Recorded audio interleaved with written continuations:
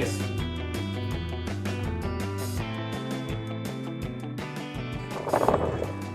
Hey, I'll show you how I installed this crossover and high steer on the Chevy.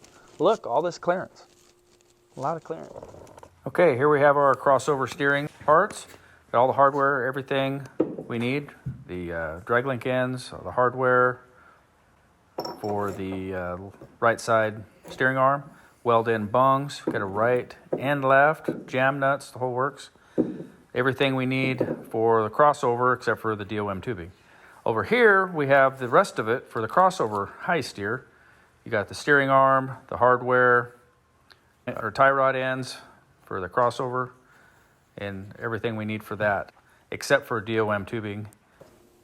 Quarter wall DOM tubing, outside diameter of 1.5 inches, inside diameter of 1 inch for that weld-in bung, and pitman arm. Need a drop pitman arm to go with a 2-wheel drive steering box. This box, just out of a standard 2-wheel drive, make sure you get the right fittings for it. There's 2 different styles, and just make sure you get, this is an O-ring style, and then there's also the compression fitting on the old ones. So make sure you get the right one. And then we have our tools for installation. Got a 1/4 inch bit, 13/64 drill bit, and a 9/16 by 18 tap. For this crossover steering, or even for the high steer, this steering arm needs to be mounted here. So it's recommended that you machine this top. Casting on this is a little bit rough, but I want to try to knock this down. I'll polish it up with the flap disc, getting most of this divots out of it. Then I'll even take a flat file to the top of it and try to flat file it, make sure it's as machined out. So anyhow, we'll clean this up first and go from there.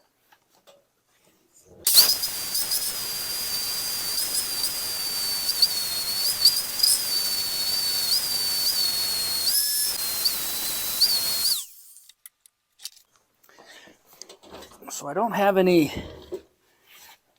ink dye, so I can use a Sharpie.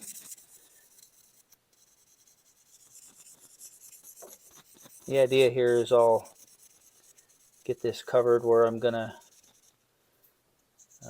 have a mounting surface, and I'll run my file over it. And it should show me high spots.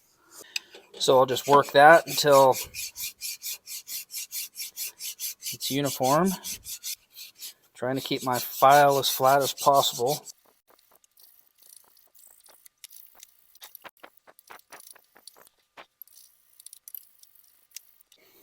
All right, that's good enough, I think. It's just a tad low here, and that was just kind of rough there. And that's actually almost going to be totally drilled out in that spot for that hole. So figure out where we need to locate this, which I'm guessing right there gives a little bit of room for the upper ball joint. And we got to be really precise on this, so I'm going to try to get some kind of a sleeve to put in those keepers so I can have that centered.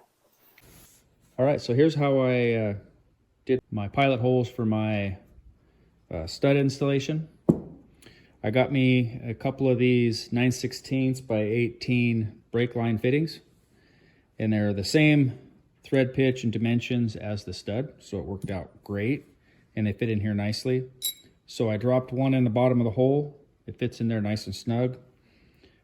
Put the insert in there, and then another one on top. And my 1/4 inch bit fits right in there with hardly any movement. If I'm holding this down tight, there's just a little bit of wiggle room, which is great. It worked out really good.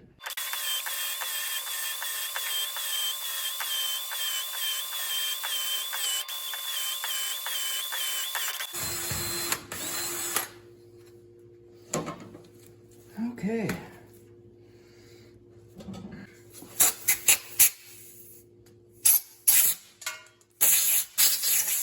So I'm going to try to switch my clamps around and get access to that one.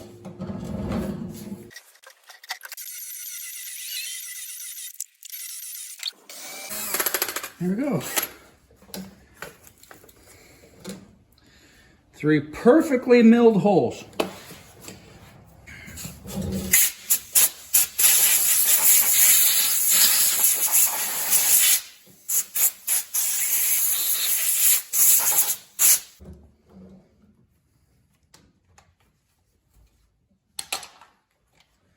A little bit of a workout.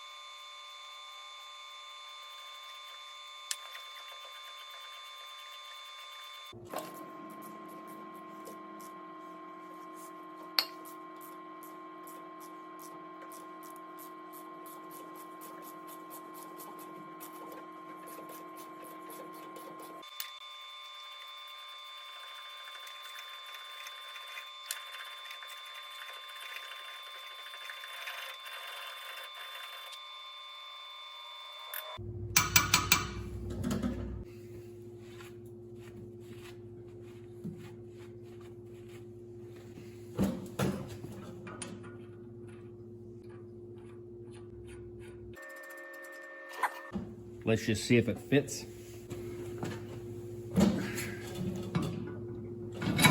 Oh, nice.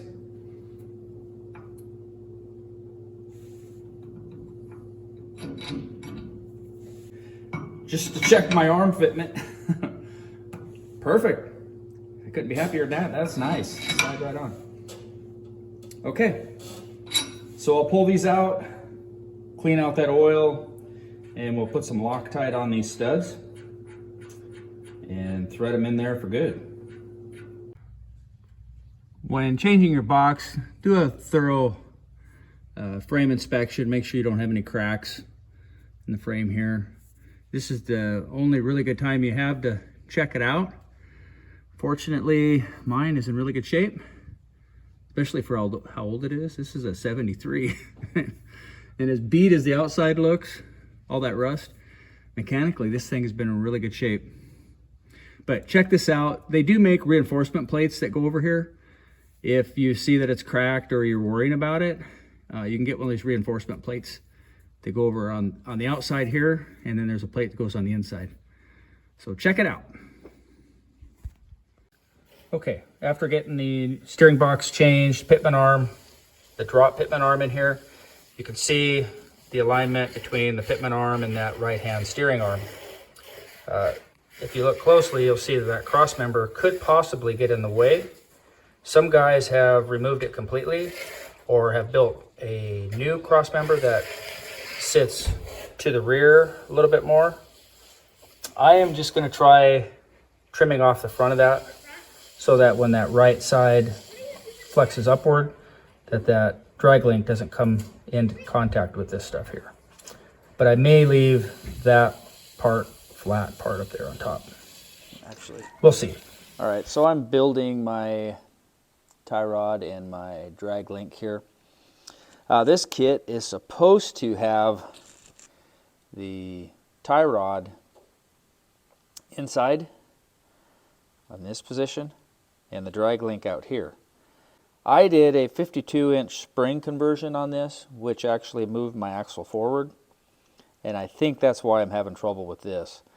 My pitman arm and rod ends line up perfectly right here, right now, and then my tie rod out here looks like it should be right there. These are supposed to be swapped, and I think because of my 52-inch spring conversion moving that axle forward, it threw these positions out a little bit. So I am going to put my tie rod out front and my drag link inside. Everything lines up good. I can't see any serious problems arising from doing this. Drag link end on the pitman arm is the larger rod end to match with this. So I had to swap positions with this, which is no big deal. Just my part numbers didn't line up with where they were supposed to be here. So this is what I'm doing. Like I mentioned, this should be your tie rod end and this should be your drag link. I am reversing them.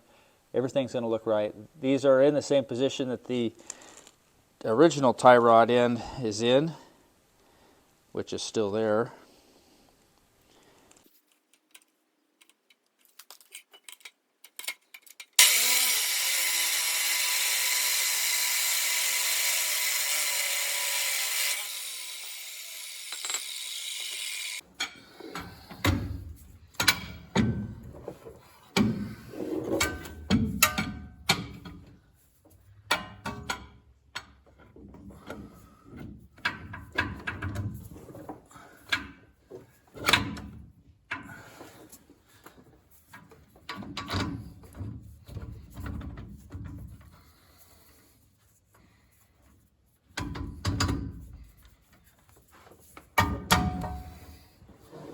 Okay.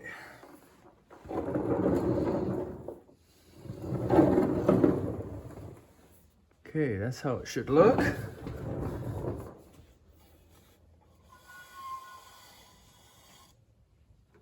And you can see the problem I'm going to have right there. Get you down here a little lower.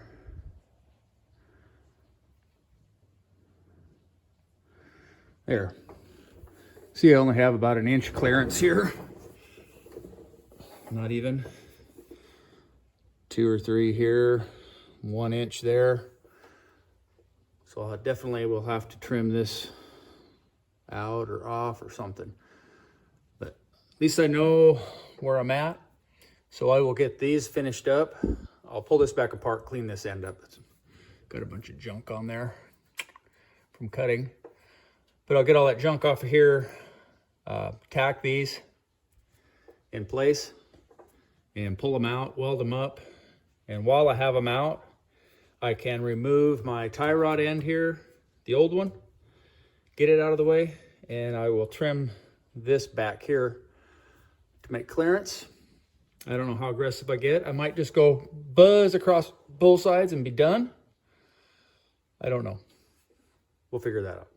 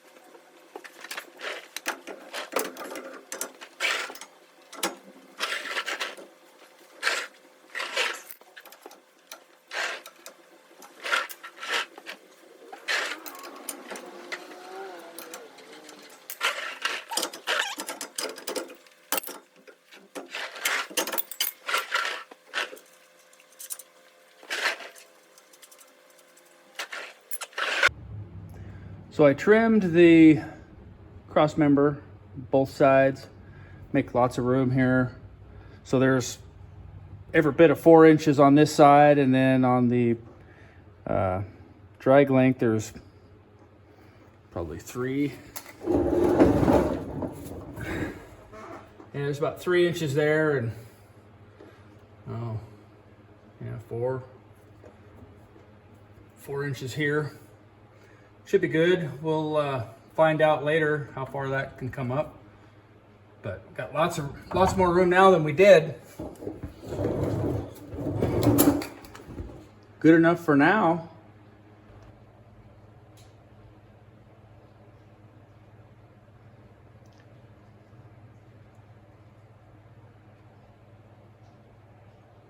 lot of clearance there now.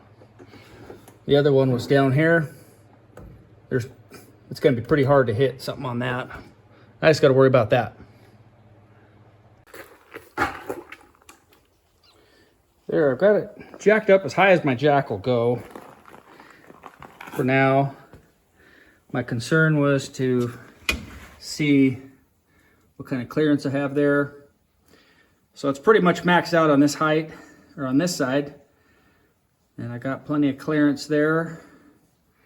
That was my real worry. Well, thanks for following along on this. If you have any questions or comments, just type it in the bottom. Be happy to answer any questions that I can. But thanks for watching. If you haven't, please like and subscribe. Appreciate it. And we'll catch up with you guys later. Bye.